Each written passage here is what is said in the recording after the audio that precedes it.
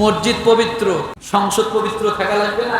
এখন পবিত্র মানুষগুলাকে ঢুকাবো না চিটার বাটপার নাপাক মানুষগুলাকে ঢুকাবো? যারা ফরজ গোসল জানে না এই মানুষগুলাকে যদি সংসদে ঢুকান, আর যদি আল্লাহ দোয়া করেন আল্লাহ আমার দেশটাতে আপনি রহমত নাজিল করেন, আল্লাহ কবে মুগুর দেয়। কারণ তোর ইমাম সাহেব ফরজ গোসল জানে না। সংসদ ভবনে যেগুলি এমপি, মন্ত্রী, প্রধানমন্ত্রী সব ইমাম জনগণের জন্য, তাই না?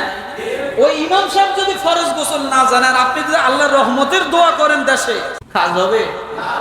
জন্য বলি যারা ফরজ গোসল সঠিকভাবে জানে ওই মানুষগুলোকে যদি আপনি সংসদে পাঠান, আর আপনি এখান থেকে বসে যদি বলেন আল্লাহ রহমত নাজিল করো, তো রহমত তো ওখান থেকে আসবে, ওখান থেকে আসবে। তাহলে এবার চিন্তা করা উচিত ফরজ গোসল জানে কারা, ফরজ গোসল জানে না কারা, কাদেরকে ইমাম বানাবো আর কাদেরকে ইমাম মনে থাকবে ইনশাআল্লাহ। তাহলে সর্বক্ষেত্রে পবিত্রতা দরকার।